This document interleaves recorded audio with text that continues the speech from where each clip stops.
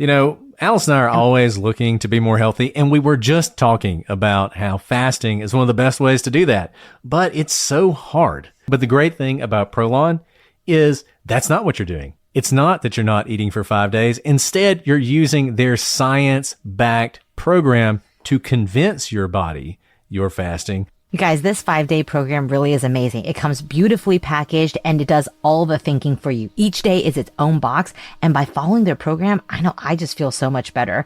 And I can't wait to experience Prolong Next Gen and continue to see results. For a limited time, you can be first in line to experience the new Next Gen at special savings. Prolong is offering the Prosecutors listeners 15% off site-wide plus a $40 bonus gift when you subscribe to their 5-day program. Just visit prolonlife.com/prosecutors. That's PROLONLIFE.com/prosecutors to claim your 15% discount and your bonus gift. prolonlife.com/prosecutors.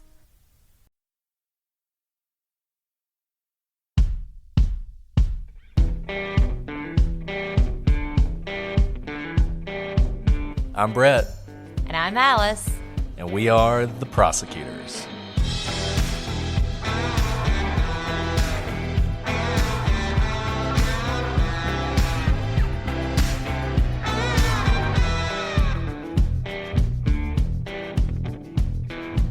Today on the Prosecutors, we continue our coverage of the Derek Chauvin trial, and it's the defense's turn to put on evidence.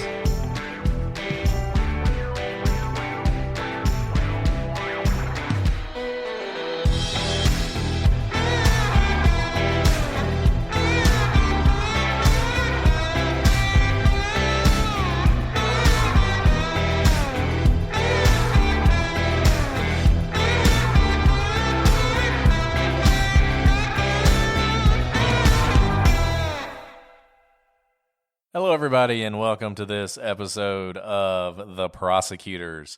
I'm Brett, and I'm joined, as always, with my charming co-host, Alice. Thanks, Brett. That's so nice. I definitely thought you were going to say spitty co-host. I would never do that to you, Alice. I mean, I did leave that review, but other than that, I wouldn't call you out here on the podcast in front of everybody. No, you wouldn't call me out on that. Certainly not. Yeah, I mean, you're decent. You're a decent co-host. Perfectly decent. I can't remember exactly what it said. Anyway.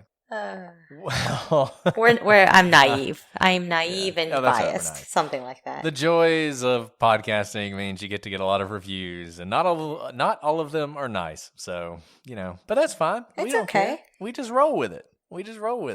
Because we're here for you guys. And if Alice has to be a little spitty to get her message across, that's fine. That's all. It's really the content that matters. So, and that's what we're all about here is content. So thank you to everybody who stuck with us and Alice's spittiness through this trial. We're really getting to the end of it now, guys. The prosecution rested.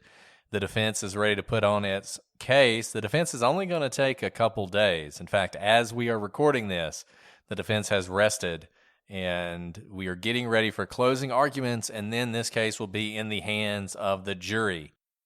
By the time we finish this podcast, you should know the defense's argument. You already know what the prosecution has said. You'll know what the defense has said, and you can make your own decision about whether or not Derek Chauvin's guilty of anything, and if he is guilty, what exactly he is guilty of. So with that, I think we should just dive into the defense's case. So after the prosecution rest, the defense opened up its case with a witness who was a Minneapolis police officer who testified about an incident in May 2019.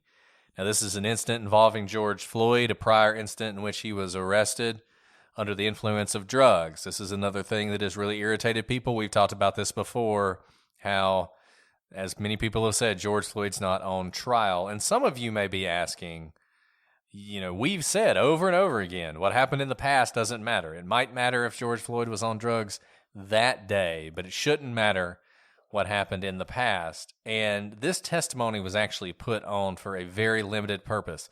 This is one of the things about trials. We've talked about it before. Oftentimes, the rules are kind of ignorant of the way real people think about things. The jury is admonished by the judge that they are only to consider this evidence for possible effects of drugs on George Floyd. So how George Floyd might act when under the influence of drugs. And this goes to whether or not he was under the influence of drugs that day and whether or not his behavior was consistent with being under the influence of drugs. That's important because if he was under the influence of drugs, it both goes to the reasonableness of what the officers did and may also go to the cause of death. The jury is not, and the judge said this specifically, the jury is not to take this as an impeachment of George Floyd's character. But I think we all know they're hearing about another incident where George Floyd was under the influence of drugs, and in fact, where he resisted some police officers. This is seen on body-worn camera. And during this encounter, Floyd was arrested in a vehicle, not unlike what we have in this case. During his arrest, Floyd begged not to be arrested, and he eventually resisted arrest. At some point, the police officer is telling him to show his hands. He does not do so. In fact, he starts to sort of put his hands down around his waist. It's a really bad thing to do. At that point, the officer actually draws his weapon. He's now screaming at Floyd to show his hands. This is pretty bad. It's a pretty bad video. It obviously doesn't put Floyd in a very good light. And also during this arrest, Floyd was shown to put something in his mouth, which goes to this question of whether or not he did that in this arrest as well. Now, on cross-examination, the prosecution took this on head-on because they pointed out some things. They pointed out that, yes, it is true, Floyd did initially resist arrest, much like he resisted arrest in this case, to the point that the officer is yelling at him, drawing guns. At one point, he threatens to tase him. But George Floyd didn't end up on the ground. He didn't end up with anybody on top of him. The police didn't cause him to have some sort of medical event. Now, the prosecution never says this explicitly, but the message is clear that, okay, fine. George Floyd's had other run-ins with the law. Guess what? He didn't end up dead during those incidents. Now, Michelle Mosing testified next, which was also about the May 2019 event. Mosing was the paramedic who responded to the incident that day. The judge made the same admonition to the jury that they should only consider this with respect to how drugs may have affected Floyd and not to his character. Floyd's blood pressure that day was 216/160. This is incredibly high, and this actually resulted in Floyd having to go to the hospital. Now, on cross, the prosecution elicited similar testimony that Floyd was able to walk and talk and didn't want to go to the hospital, and his respiration was normal. He did not stop breathing that day. His heart didn't stop. He didn't go into a coma. Again, the message is clear that even though this is an encounter with the police, one that he may have been on drugs for, one where he resisted arrest, but it ended very differently. And you can see, we've talked about the back and forth of a trial a lot, and you definitely see that happening here. This is a circumstance where there's a lot of discussion by the defense. The defense is trying to show that during encounters with the police, Floyd's heart rate is going to be elevated. His blood pressure is really high to the point that he did have to go to the hospital. Obviously, the implication is the same thing probably happened here, but maybe this time there was just a few more drugs, or the adrenaline was just a little higher, or a year later, Floyd was in worse health, and so he just wasn't able to survive this encounter. And then the prosecution comes back and says, yeah, but the other thing that didn't happen is nobody put him in a restraint. Nobody kneeled on him for 9 minutes, and because they didn't do that, even though his health's not great and his heart's not great and he's got some blood pressure issues, he walked out of the hospital that day. And the implication obviously is, had Derek Chauvin not done what he did, George Floyd would have walked out of the hospital or the police station or whatever that day. So now the defense has played a few things from 2019, and obviously there's the stated goal of showing George Floyd's reaction, and there's the other goal that is not stated and not permissible to reinforce in the jury's mind that George Floyd resist arrest and that he has been on drugs for a while. The defense moves to the day in question. And in fact, they call a woman, Shawanda Hill, who was with George Floyd that day. Shawanda was George Floyd's ex-girlfriend, but they were on friendly terms, and they actually ran into each other at the Cups Foods. And Hill described Floyd as happy and perfectly normal in Cups Food. In fact, he offered to give her a ride because he knew that she didn't have a ride back to her house. When they were in the car, though, something happened.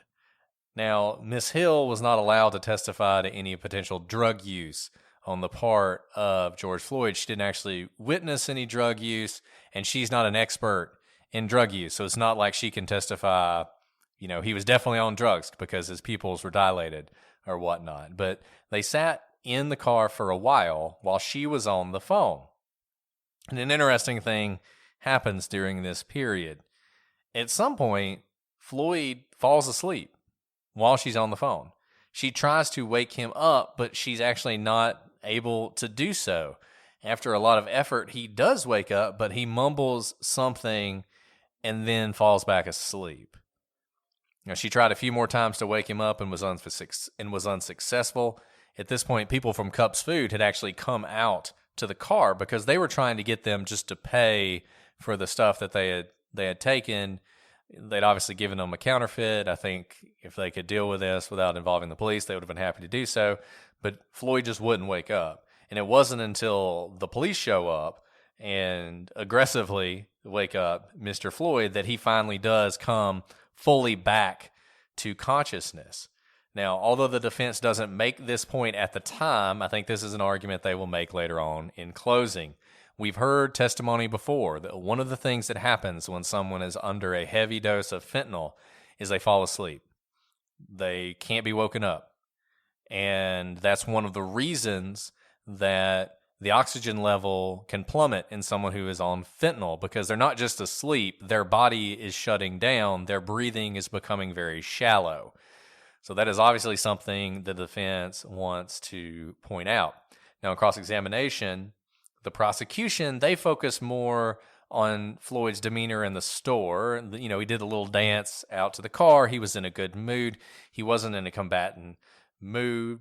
And they also focused on the fact that Floyd at no point had complained to Miss Hill about chest pains, about shortness of breath, about having any problems at all before the police arrived. And this is really interesting because, as we've said, you can kind of begin to lose yourself in the testimony and forget again that this case is actually about Chauvin. As you can see, the defense is really focusing completely on Floyd and what happened that day and what his drug use was in the past. And there hasn't even been a mention of Chauvin so far in the testimony. And I think that is what they are going for right now. Now, next, the defense calls Peter Chang. Chang is with the Park Police. Chang was on scene that day, assisting the other officers. His job was just to monitor what the passengers were doing while the police dealt with Floyd. Because of Chang's distance from the event, his body cam gave a wider field of view than some of the other cameras. Now, the defense played this video with the intent of showing the growing crowd and their growing anger. Chang testified that he began to grow concerned about officer safety. He described the crowd as very aggressive. In his video, Ms. Hill, who we just talked about and had previously testified, can be heard saying that Floyd should just get in the car, that he is fighting with the police, and that she doesn't understand why Floyd is behaving the way he did. The direct is good for the defense, as it's the first time we've heard a police officer defend what the other officers were doing, even if he is not allowed to speak directly to that, because he has not been qualified here as an expert on the use of force. Remember what the prosecution's done. The prosecution has aligned itself with the police, and you heard witness after witness in the prosecution's case in chief saying, this is what a normal or reasonable officer who's trained well in our force acts, and then there's Chauvin. But here, for the first time, we hear from another police officer who was directly there, commenting on the fear for officer safety. And you wonder, this is interesting. I think there's some real interesting psychology to this. All the other police officers who've testified up to this point have been supervisors, the chief of police, the lieutenant. These are guys who were the supervisor of Chauvin, and they've all basically said what Chauvin did, violated department policies, that Chauvin is a bad cop, et cetera, et cetera. This is the first sort of line officer who's testified, and his testimony is much more consistent with what you'd probably expect from an officer. He comes in and he basically says, yeah, it was a tense situation. It was getting more tense all the time. I was concerned about officer safety. The crowd was growing, very angry. Mr. Floyd was resisting. I didn't see anything unusual. I mean, it's just much more what you would probably expect an officer to say. Question how valuable it is for the defense, whether or not it'll go far in the minds of the jury. But you always have to remember, with juries, you don't really know what they're looking for, particularly if you're a defense attorney. You don't know if you've got somebody on that jury who is really just looking for an excuse. They're really just looking for an excuse to vote one way or the other. We talked about this when we talked about Temujin Kinsu and the absurd theory of the prosecution that he had flown to commit a murder because there was no way he could have driven there. And even though there was no proof he had flown, nevertheless, it was an excuse that jurors could use and sort of say, well, he's got this ironclad alibi, but he could have flown. They did tell us he could have flown. So maybe that's what he did. And I think that is similar to maybe what's going on here. The defense is sort of giving, if there is a person on the jury who really wants to believe this is a justified use of force, here's a police officer saying it was. But also notice how the defense had a long game. So it knew who it was going to put up in its case in chief, this police officer who was a line duty officer. And remember back to the cross-examination of some of the supervisors and how the defense brought out in their cross-examination that the supervisor had not walked a beat for many, many years. In other words, trying to begin to build in the jurors' minds, there's a difference between supervisors and line officers who face kind of the fear, the safety issues on a daily basis. And it's not just pie in the sky theory, but boots on the ground practice. And Chauvin is a boots on the ground practice. So think back to how I think it was week 1, the defense was already starting to pave a path for witnesses that it knew it was going to put on. Yeah, that's a really good point. And it just goes to show how much preparation and thought goes into a trial like this. Next, the defense recalled a prosecution witness, Nicole McKenzie, who is the medical support coordinator who trains officers in first aid. Now, this isn't uncommon to call a prosecution witness, but it's not exactly common either, because as you can imagine, typically you have witnesses whom you are calling because they are very good for your side. And so if you're calling a prosecution witness as the defense, you as the defense think there's something that McKenzie can say that will help you. And the jurors may think that also. They may think, well, they already testified for the prosecution, but now they're testifying for the defense. And there could be some psychology there where maybe the jury begins to question, they may give more importance to a witness who's already testified for the prosecution, who then testifies for the defense, because they think, well, the prosecution thought they were good for them, but they're actually good for the defense. So it's risky to do this, but you see it once in a while. You have to be very sure about what you're calling the witness for. So the defense had tried to get into her expertise in things like excited delirium during cross-examination during the prosecution's case in chief. But because it went beyond the scope of direct, the defense was not allowed to pursue these questions. Thus, he called the officer as part of his case. Now, one of the other officers had received excited delirium training and had mentioned it during the incident with Mr. Floyd. This condition has symptoms like psychosis, incoherence, superhuman strength, etc. Now, excited delirium is caused by things like cardiovascular disease, drug use, and mental health issues. It's often described as the person just, quote, snapped. Now, on cross, the prosecution noted that when someone is in excited delirium, they're supposed to put the defendant in the side recovery position, something that did not happen here. Excited delirium can exacerbate problems like those that Floyd suffered from. But interestingly, the acronym for how to deal with this is not a crime.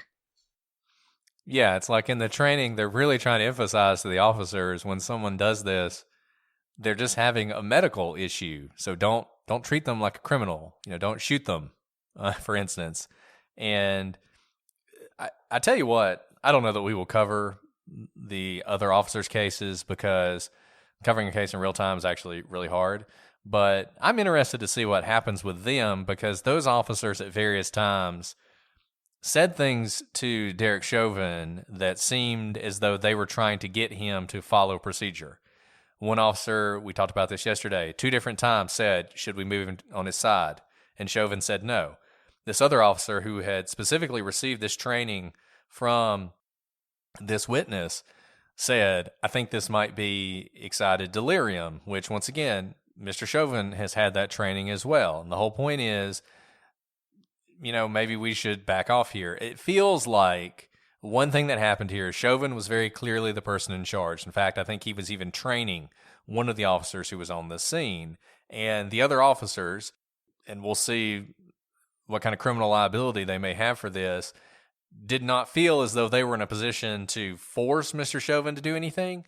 And so they were consistently trying to urge him to do something consistent with their training. Now, the defense is trying to use this to just say, look, someone recognized he might be under excited delirium. Excited delirium leads to things like superhuman strength and psychosis and all sorts of bad things. And that would be a reason why Mr. Chauvin felt like, I can't get off of Mr. Floyd.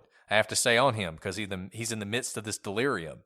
So that's sort of what they're going for here. But there's definitely, it's a double-edged sword. And this testimony really was a double-edged sword. And I thought that not a crime acronym was a really sort of powerful moment for the prosecution. So the next 2 witnesses for the defense are really their main defense. If you want to watch something from the defense case, but you don't have time to watch the whole thing, these 2 witnesses are the main thing to watch. Now, you won't be saving much time because they also took up the vast majority of the defense's case. Remember, we've talked about this before. There are 2 aspects to whether or not Chauvin is guilty. Did he use unreasonable force? Did that unreasonable force cause Mr. Floyd's death? The prosecution put on a lot of evidence on both sides. Now the defense is going to attack that directly, and they're going to start with their own expert on force. This expert was a man named Barry Broad, and he was someone who was an expert in use of force. He's a former police officer. He has over 30 years of experience, and he has reviewed the use of force in over 100 cases and has testified many times in cases involving the use of force. Now, he also pointed out that he has been retained many times where he has reviewed the case file and did not testify because his conclusion was that the use of force was unjustified. And in fact, the defense sort of elicited this, so they couldn't really get into it, that Broad did consult briefly with the Minneapolis Police Department. So there's even a possibility that he, at one point, was going to be a witness for the prosecution. In any event, Broad testified that Chauvin had acted reasonably in his use of force. This was probably the most controversial witness who testified for the defense. A lot of people online, a lot of the experts on television really lambasted him because he was very full-throated in his defense of what Mr. Chauvin did. He went through the Graham v. Connor factors, which we've talked about before. He started with the severity of the crime. Now, this crime is not particularly severe. It's just counterfeiting a $20 bill. And so what he did, sort of effectively until the prosecution pointed it out, was he elided that. He kind of said, well, yeah, the initial crime wasn't that serious, but really what's more important is the conduct of the individual when they are first contacted by police than the initial crime, which is not exactly what the Supreme Court said. You can imagine, kind of like in this case and other cases we've seen, we really don't want the police killing someone, accidentally or not, over a very minor crime. Now, on imminent threat, Mr. Broad pointed out that the officer really only needs a reasonable fear. The threat itself doesn't have to have shown itself yet. So if the officer has a reasonable fear, for instance, we talked about that previous encounter with Mr. Floyd where Mr. Floyd's hands were down around his waist. Now, he didn't have a gun in his hand. The police officer didn't see a gun, but he had a reasonable fear that the way Mr. Floyd was acting and where he had his hands, that he could have been reaching for a weapon. And that meant that drawing his firearm, which in of itself is an act of force, was justified. Shooting Mr. Floyd at that point probably wouldn't have been justified, almost certainly wouldn't have been justified, but pulling his firearm was. And that's sort of what Mr. Broad is going for, this reasonable fear of a legitimate threat. On resisting and evading, which was another aspect the Supreme Court talked about, Mr. Broad testified that the officer may escalate his response to the individual's resistance. And he testified that everything matters, including what was going on in the immediate environment, which is exactly what the defense wants, because the defense has really been focusing on this growing crowd and its growing anger at what it's witnessing with Mr. Floyd. Broad testified that what Chauvin did was not deadly force, even though Floyd died. He used an example to clarify this point. Quote, "I'll give you an example that I used to teach my academy classes so officers respond to a domestic violence situation and the suspect is still there. And he fights with the officers and the officers are justified in using a taser to overcome this person's noncompliance. They tase the individual and the individual falls to the ground, strikes their head, and dies. This is not an incident of deadly force. That's an incident of an accidental death, and in my review, I would like to see whether the suspect resisted and was objectively reasonable." Now, Broad testified that police are not required to fight fair.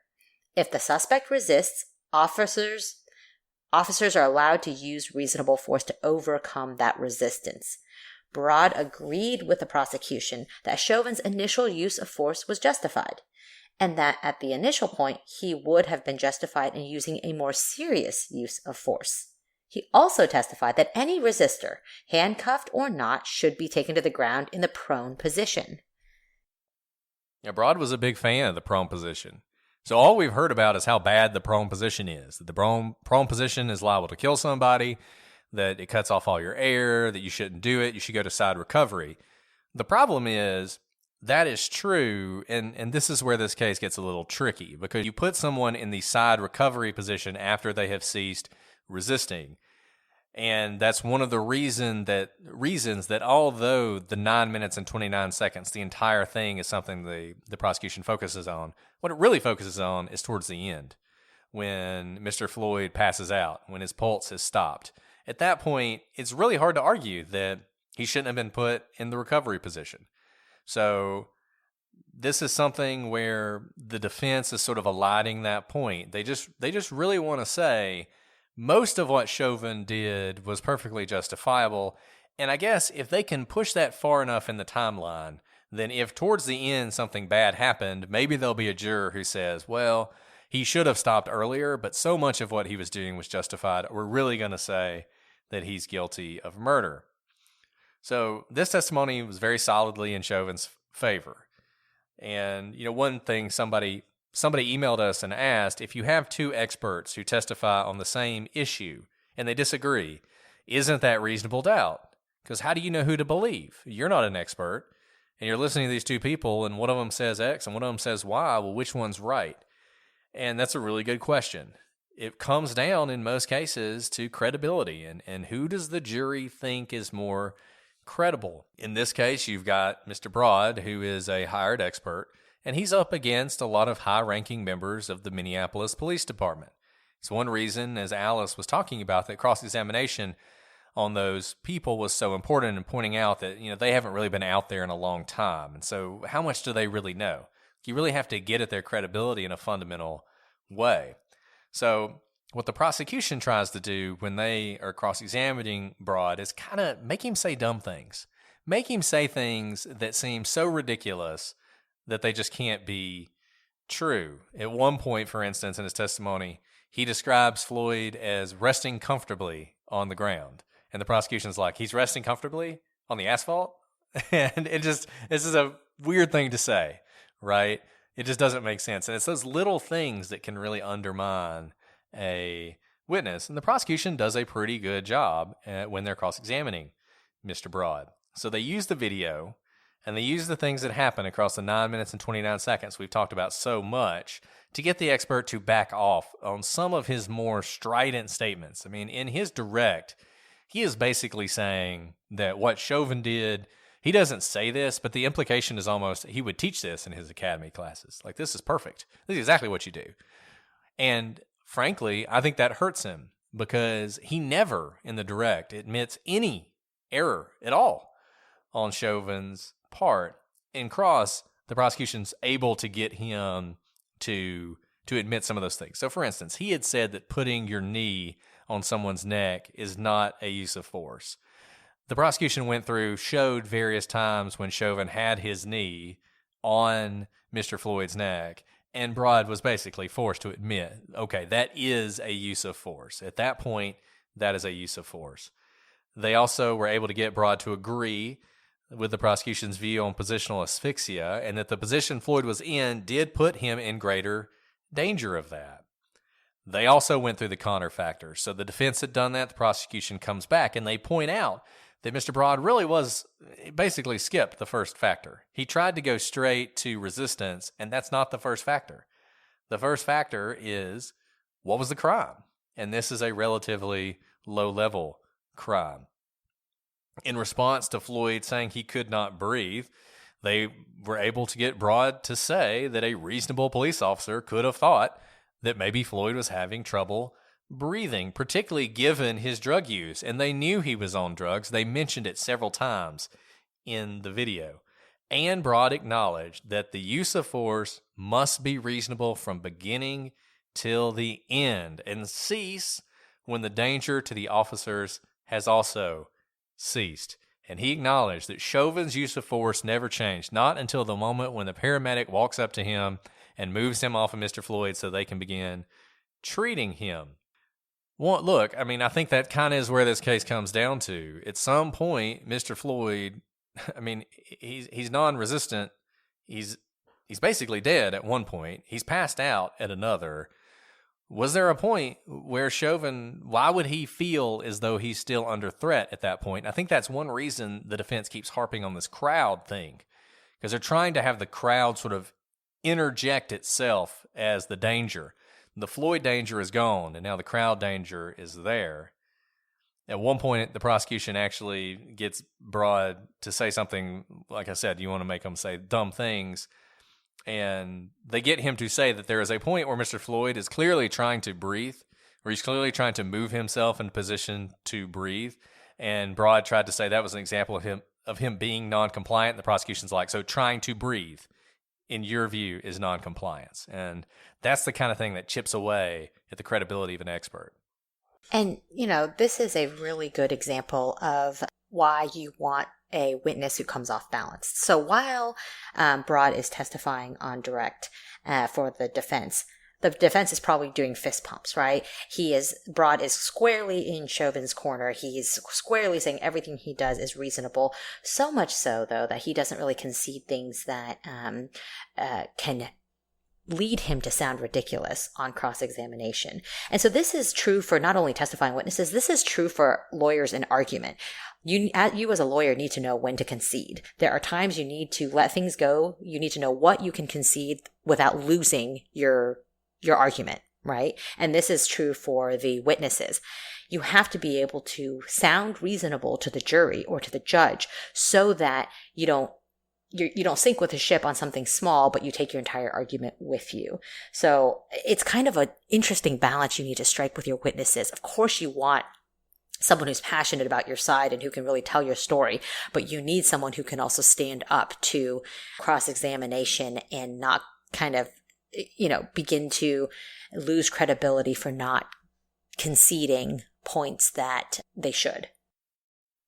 Now, Dr. David Fowler testified next. If Broad was called to contradict the prosecution case that Chauvin's use of force was inappropriate, Fowler was brought in to contradict Dr. Tobin. He even had an accent, having been born in South Africa. Now, Fowler formerly was a medical examiner for the state of Maryland. Fowler testified that Floyd died of a heart attack brought on by a combination of his enlarged heart, blocked arteries, use of methamphetamine and fentanyl, possible intake of carbon monoxide from being on the ground near vehicle exhaust, and his altercation with the police and the attendant adrenaline that came from it. Fowler brought up what we referred to as the San Diego experiments earlier, the one that Chauvin attempted to pre-butt. In those studies, people were hogtied and had weights of up to 200 pounds put on their back. These studies showed no danger of positional asphyxia. Fowler challenged Chauvin's assertion that these studies were flawed. In fact, there were 23 studies that supported this position. Several of these studies looked at every example of the use of the prone position in 4 cities. In those thousands of examples of officers putting people in the prone position, like in Floyd's situation, none of them resulted in death. The only death from positional asphyxia they could find was from someone who was not in the prone position. Fowler also testified that even if he used both knees, he would only have transferred around 35 to 40 pounds of weight, not the entirety of his weight as Chauvin had testified. As Alice said, Fowler is really brought on to challenge Chauvin. I said earlier, if you watch anything, watch Fowler and watch Mr. Broad. I actually think at the end of the day, this entire case comes down to Fowler versus Chauvin. You really think which one you believe is where you go. Fowler was really good. You can already see he's good. He seemed competent. He seemed like he knew what he was talking about, and he went directly at Chauvin. And Chauvin is the best testimony we've seen yet, and he went directly at him.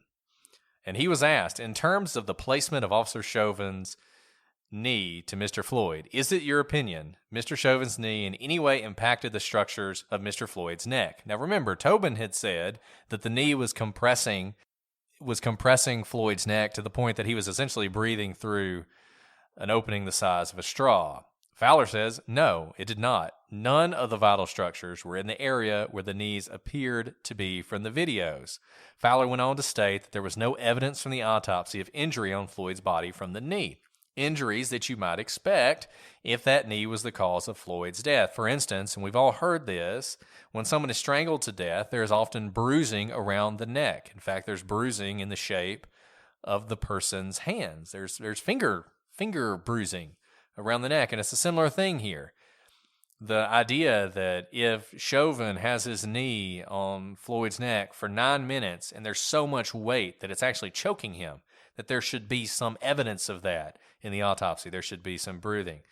There should be some bruising, and we didn't see that here. And Fowler went directly at Chauvin, saying that there were no studies that supported his contention that the compression of the hypopharynx, remember we talked about that a lot, could cause hypoxia.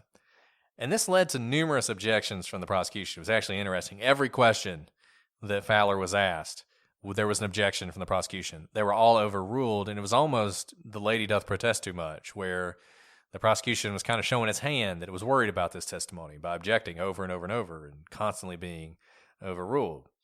Now, Fowler also testified that the sudden decrease in Floyd's condition from struggling and speaking to unconscious was more consistent with a sudden cardiac event than a hypoxia. He testified, the heart is vulnerable because it's too big.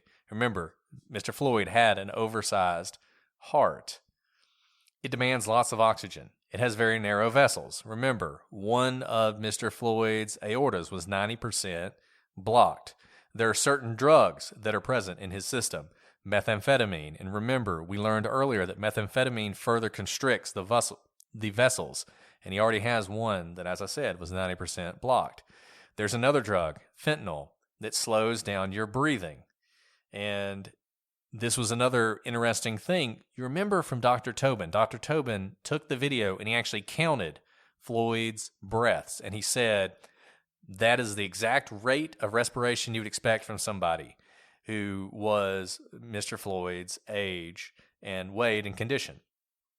Well, Fowler said that's a problem because given the struggle that Mr. Floyd is involved in, his rate of respiration should have been much higher. It should have increased dramatically, and we don't see that. So Tobin saying that it's normal is actually a problem because it should have been more than that. And the combination of all these things as Mr. Fowler said, quote, will slow down the oxygen saturation in your blood. We've got the carbon monoxide, which has the potential to rob some of that additional oxygen capacity.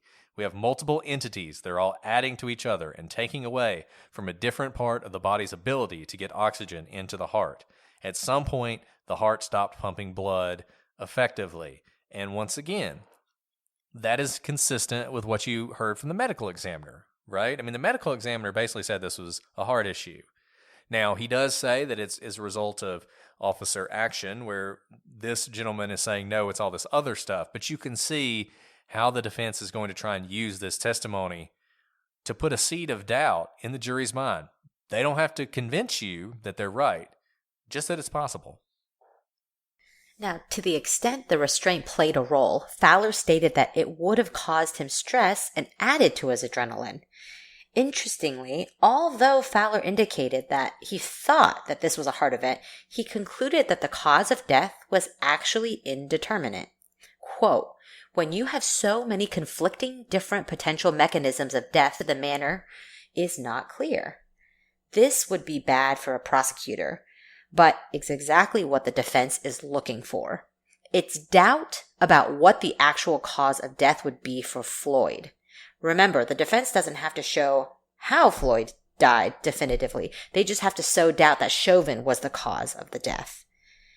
Now, on cross-examination, the prosecution was able to undermine some of Fowler's testimony. Fowler did admit that he'd seen no evidence of carbon monoxide, but he qualified that answer by saying it had not been tested. He also noted he didn't know for sure that the vehicle that was near Mr. Floyd was on. He also acknowledged that although Floyd had no injuries showing asphyxia, that was not all that uncommon. In fact, in a, quote, substantial number of the cases, there is no evidence of physical trauma when asphyxiation is the cause of the death. The prosecution also scored a point when Fowler stated that Floyd should have been given immediate emergency attention when he began to suffer cardiac arrest. Chauvin gave no attention to Floyd, regardless of what killed him. Now, the prosecution also questioned Fowler on whether he did calculations about the reserve oxygen in Floyd's body, something Tobin did explicitly. Fowler said he was not a pulmonary expert and would defer to them on that question.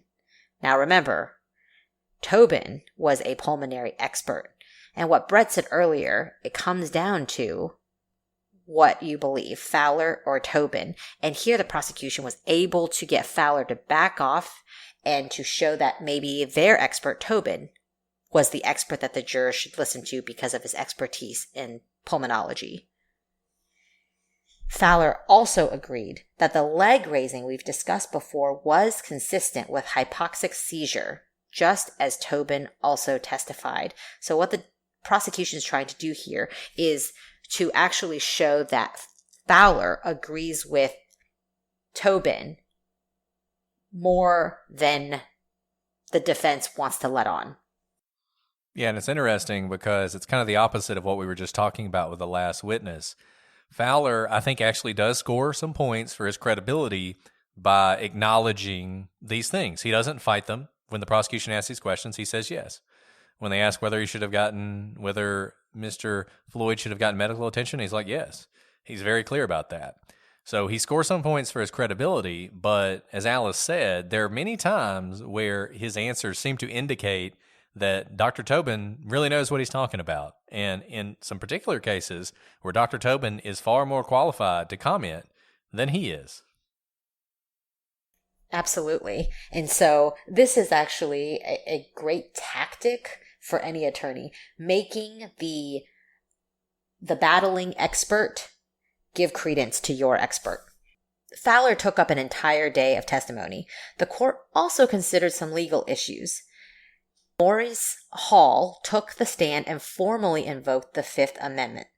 The judge excused him from testifying, and the defense also made the standard motion for judgment of acquittal, which was denied. And we know it was denied because the defense ultimately put on its case. A judgment of acquittal happens after the prosecution rests, and the defense essentially argues its legal case, saying there's no need for the trial to be given to the jury because on the law, the prosecution has fallen short of their duty to meet the elements of the charges. But that was denied. And I saw some people kind of freaking out about this online, and they shouldn't be. This is a standard thing. It happens in every trial. It's actually required for you to be able to bring certain appeals. So, it was no big deal. He was always going to make that argument. It was always going to be denied. So don't really read anything into that either way. Now, the final day of testimony started with two very interesting things. The first one was Chauvin chose not to testify. This was actually the first time we'd heard from Mr. Chauvin in this trial, obviously outside the presence of the jury, but he was questioned by both his attorney and the judge on whether or not his decision not to testify was well considered, was his own, and if he was certain that that was what he wanted to do. This is very common because every person who's ever been convicted will eventually claim that they really wanted to testify, but their lawyer kept them from doing it. And so it is standard practice in just about every court I know of that when the moment comes where the defendant is either going to testify or not testify, there is a very lengthy discussion on the record where he's asked again and again and again if he's sure, and again and again and again he says that he is. One thing to note about testifying in your own defense and why it often doesn't happen. If you testify, there are a couple things that happen. Number one, because you are the witness, your credibility as a witness is very important. And so many things, many past actions, many things that you've done wrong, anything that would go to your credibility can suddenly come in for that purpose. Now, the jury will be told this is for the purpose of determining the witness's credibility, but as we've said, very difficult for people to block that off in their mind. So we know, for instance, that Mr. Chauvin has had some previous use of force incidents. We know that the judge kept those out. If Chauvin had testified, those things might well have come in. It's actually something that the defense attorney said to Mr. Chauvin while they were having this colloquy, that if he testified, the prosecution would be able to ask him about just about anything with almost no limit. So that's one reason most defendants don't testify. The second reason is if you testify and you lose, basically no appeal will ever succeed because the laws in every state essentially say that if the defendant testifies and the jury convicts, the assumption is the jury listened to that defendant, did not believe him, and convicted him. So basically, any other evidentiary issue or hearsay over here or an objection that was overruled over there that shouldn't have been doesn't really matter in the eyes of the appellate court. You testified and you lost. The downside to testifying is so massive that you really don't see it that often unless it's a really desperate situation. I think you're absolutely right. We often hear defense counsel, we ask ahead of time if their client is going to testify. And almost every single time, the defense counsel, whether it's a show or not, says something to the effect of, I'm telling him not to, but he really wants to. And I think that's a natural reaction. I think it's natural for people to want to testify, guilty or innocent, to get up there and try and convince the jury that you didn't do it. I think that's a natural thing. So it's not surprising, but most people at the end of the day realize this is not going to go well for me. And I think the defense has done a good enough job of at least, I don't know if they've introduced doubt, but they've at least introduced the possibility of doubt that it wasn't one of those things where Chauvin needs to get up there and convince that jury that he was terrified for his life. There's enough that they've done that they might be able to win without his testimony, and his testimony has so many downsides. The second interesting thing that happened is we had a real, honest-to-goodness discovery issue in the flesh, in action. You guys are all interested in things like Brady versus Maryland and discovery requirements, and we had that here. And we've talked about discovery many times and how the prosecution has to disclose all its evidence to the defense ahead of time. Well, in this case, that didn't happen, and we don't allow sandbagging.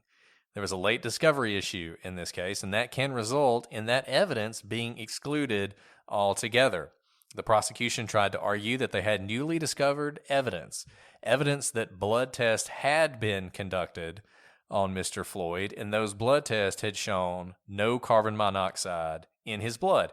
As we just talked about, when Dr. Fowler testified, he testified that it was possible that carbon monoxide had played a role here, and that if it had, it would have been one of the contributing factors to Floyd's death. But he said, we can't know for sure because there were no test run. There were test run. They just were never turned over to the defense. The prosecution said they were never turned over to them either, and they had found out about them the night before, and they classified this as newly discovered evidence that they should be able to bring out to refute Dr. Fowler on rebuttal, because now it's the prosecution's turn. The defense has rested. The prosecution's either going to rest too, or they're going to put on rebuttal witnesses, and they wanted to put on rebuttal evidence about this carbon monoxide. The judge was displeased, I think, to say the least. This judge is very sort of even-keeled. He never seems like he's angry or upset, and he didn't seem like he was angry or upset at this point either. But what he told the prosecution at the conclusion of this was that if they even mentioned the carbon monoxide test, he would declare an immediate mistrial.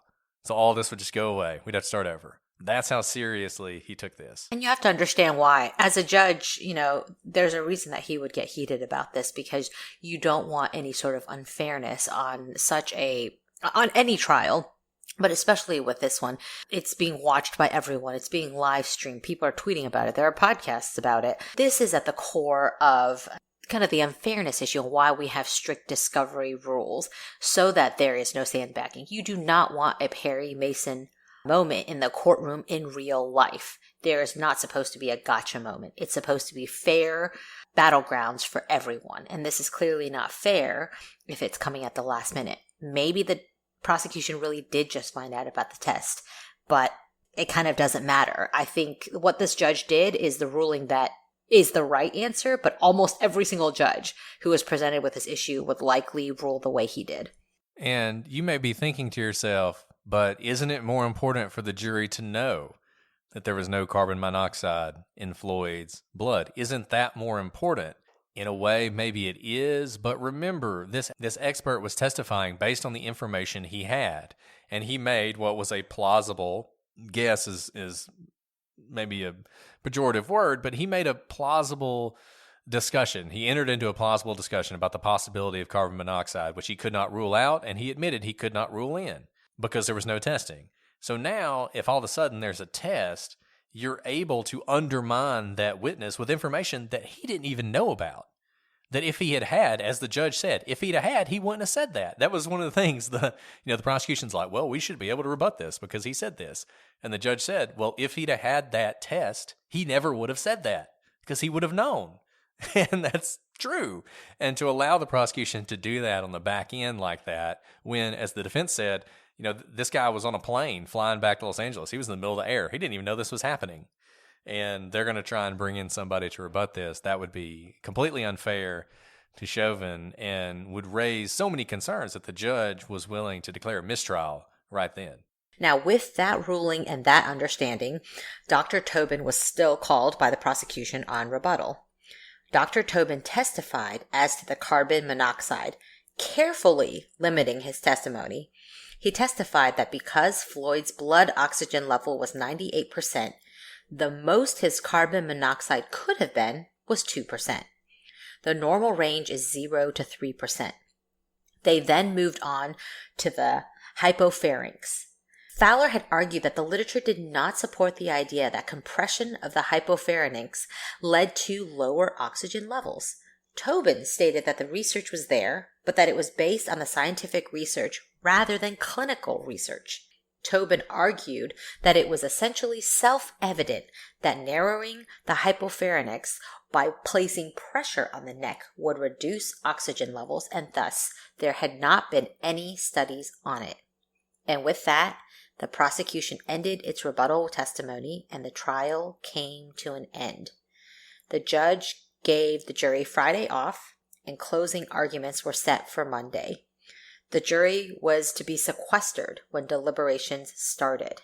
Remember earlier there was a motion to sequester the jury after the Minnesota shooting, the officer shooting that resulted in a death, and the judge declined then. However, here he does decide to sequester the jury once they are handed the case, so after closing arguments and after the charge is read to the jury. So with that, the testimony came to an end, and that means that all the evidence that's going to be presented in this case has been presented. There are still the arguments, and I'll be interested to see what the arguments are. I'm particularly interested to hear what the prosecution says about the second-degree murder charge. I'm interested to hear how they argue that they've met all the elements there. I think there's enough evidence there that I think they might be able to get to it, though they never really felt like they were going for second-degree murder. It always seemed to me that this was much more a third-degree murder or second-degree manslaughter. I'm going to listen. We're going to listen to the closing arguments. We'll probably do a follow-up on that. Honestly, by the time you hear this episode, we may have a verdict. But I'm going to step out on a limb and tell you what I think is going to happen. So I'm saying this before we have a verdict. I think that the prosecution has shown that Floyd's death was largely a result of what Derek Chauvin was doing. Was it entirely because of Derek Chauvin? No. I think all these other things played a role. But I do think it is true that had Chauvin not engaged in this neck restraint, Floyd wouldn't have died.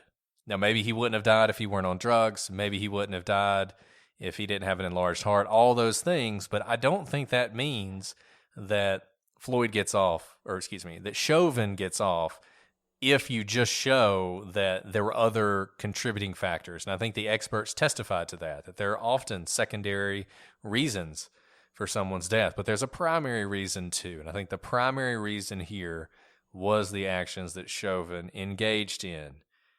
I also think it is very difficult to argue that what Chauvin did was reasonable from beginning to end. And I think that's the key. It's not necessarily the beginning. And it's not even necessarily the first 5 or 6 minutes of the 9 minutes and 29 seconds. But there are multiple times where other officers are saying we should put him in the prone position. Mr. Floyd at one point loses consciousness. A minute later, he doesn't have a pulse. The officers actually check his pulse twice. He doesn't have a pulse either time. I don't understand why Chauvin never moved. I can't wrap my head around it. And the danger of the crowd just doesn't, I don't understand that either. I don't understand how the crowd's growing hostility is enough for him to continue to put Floyd in this position where clearly something bad is happening.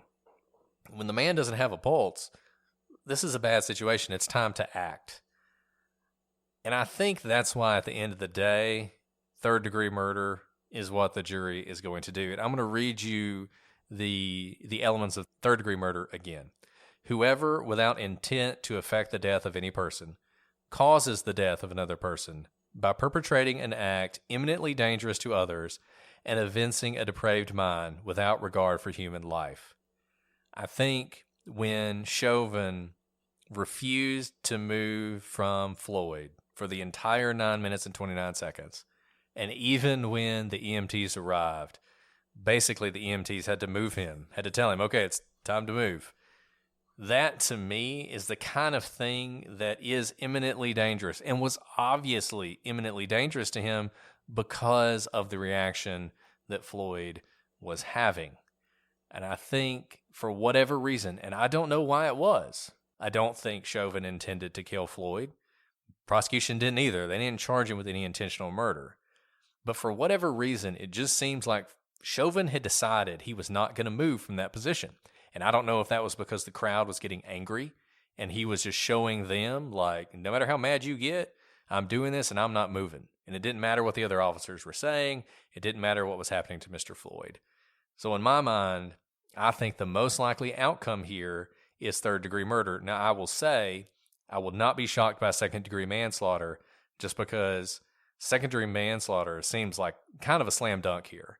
And I'll read you the elements again on that. Whoever by their culpable negligence creates an unreasonable risk and consciously takes the chance of causing death given all the evidence we've heard about the prone position and the training the officers receive and what was going on, it's difficult to say that Mr. Chauvin wasn't being negligent, at least in this case. So the jury is going to have to determine all these facts and then decide which of these charges the facts fit.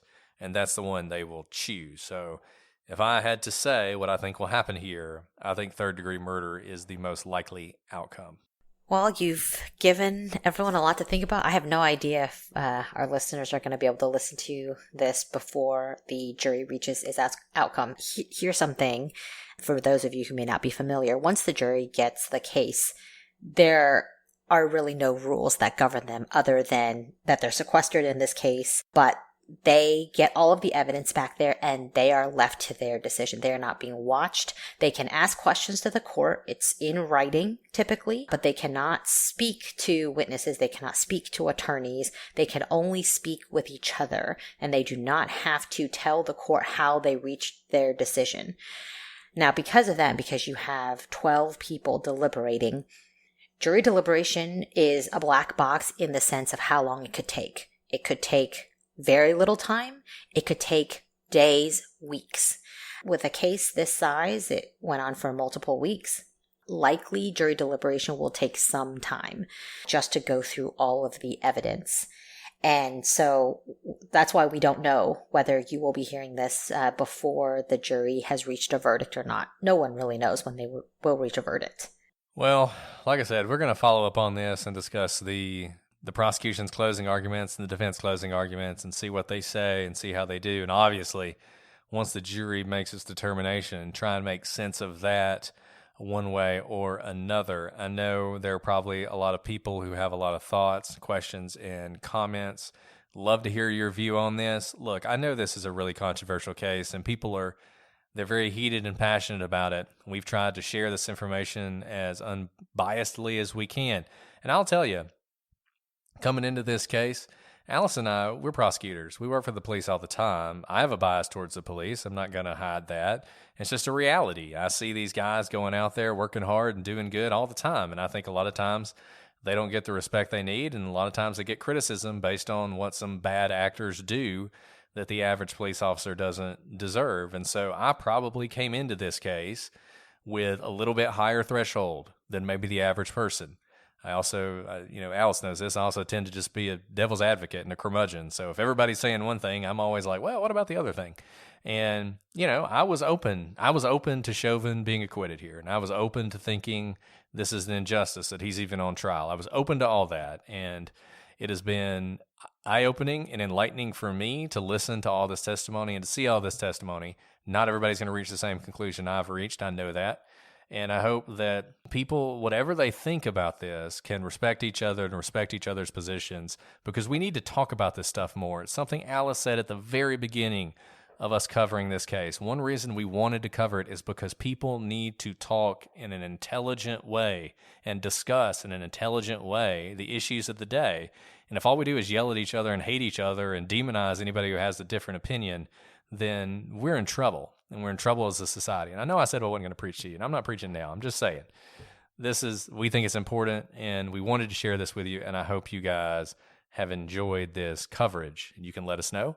Hit us up at prosecutorspod@gmail.com. Find us at prosecutorspod on all your various social media. We're on Reddit. We're on Facebook. We're everywhere. We're everywhere and anywhere you want to talk to us. If you want to leave a comment on YouTube, if you can find these videos, because YouTube apparently doesn't like people putting up videos about this, but you can leave a comment there. Otherwise, reach out to us anywhere. We want to hear from you. Leave a review on Apple. Come see us at CrimeCon, which is coming up pretty fast, so you need to buy your tickets.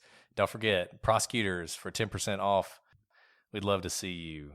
Well, Alice, do you have anything else before we sign off? No, but thank you all for trusting us with this discussion and for sticking with us. So we appreciate you as always, and appreciate your civil discourse on our comments on social media and also your emails to us. And we're going to follow up on this case, but next week we'll have a new case for you guys. So if you're sick of all this, we'll have a new case for you that you guys can enjoy. But until then, I'm Brett. And I'm Alice. And we are the prosecutors.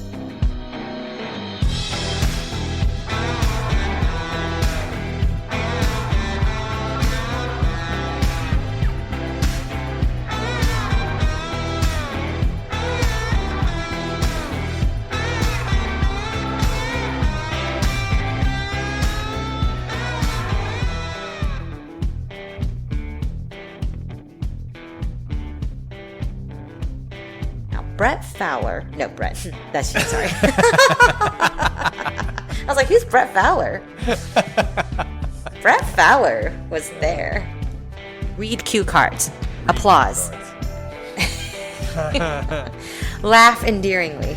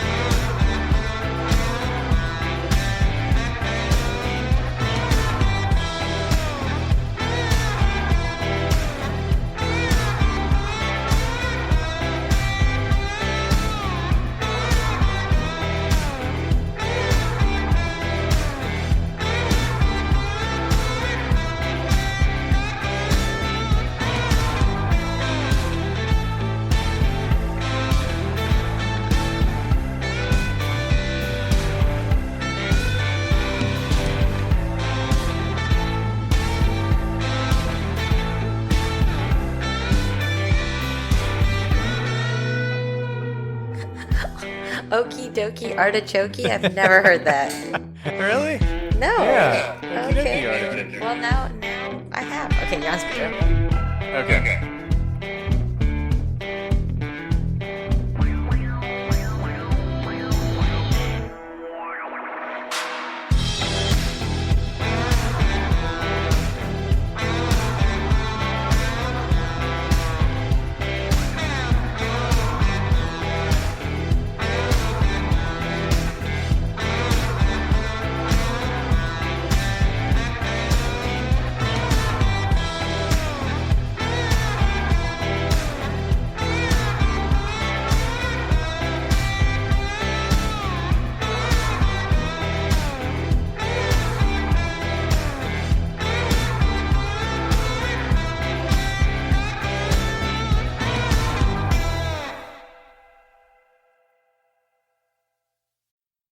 If you're looking to streamline your audio advertising buys and maximize your revenue, look no further than Triton Digital's programmatic audio advertising exchange, A2X. The private exchange consists of only licensed broadcasters and top-tier internet radio publishers, assuring the quality inventory and brand safety you can trust. Visit www.tritondigital.com to learn more.